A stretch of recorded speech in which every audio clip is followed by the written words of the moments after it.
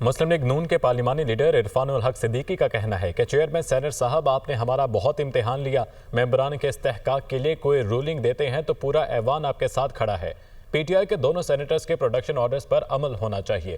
امید ہے اب استحقاق کمیٹی معاملے کو دیکھے گی۔ تاریخ میں 30 سال قید کاٹنے والے گزرے ہیں۔ نواز شریف نے 4 سال قید کاٹی۔ قید و بند کی صعوبتیں برداشت کرنا سیاستدانوں کا زیور ہے۔ سیاسی لیڈر اسیری کے مصائب سے گزرتے رہتے ہیں۔ ان کے دور میں جو روایات قائم کی گئیں وہ سب کے سامنے ہیں۔ جناب چیئرمین، آپ کو خوش آمدید۔ آپ نے ہمارا امتحان لیا اور بہت انتظار کرایا۔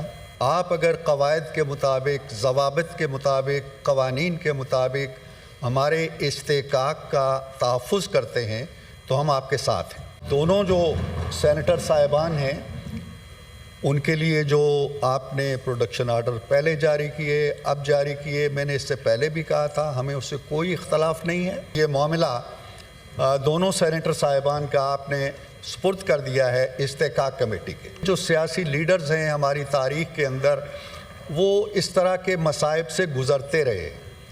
یہ ابھی 30 سال قید کاٹنے والے ہماری تاریخ میں گزرے ہیں۔ نواز شریف صاحب نے 4 سال سے زیادہ قید کاٹی ہے۔ قیدیں کاٹنا سیاستدانوں کا زیور رہا ہے۔ ہم ان واقعات کی طرف بھی نہیں جانا چاہتے جو ان کے دور میں ہوتے رہے ہیں۔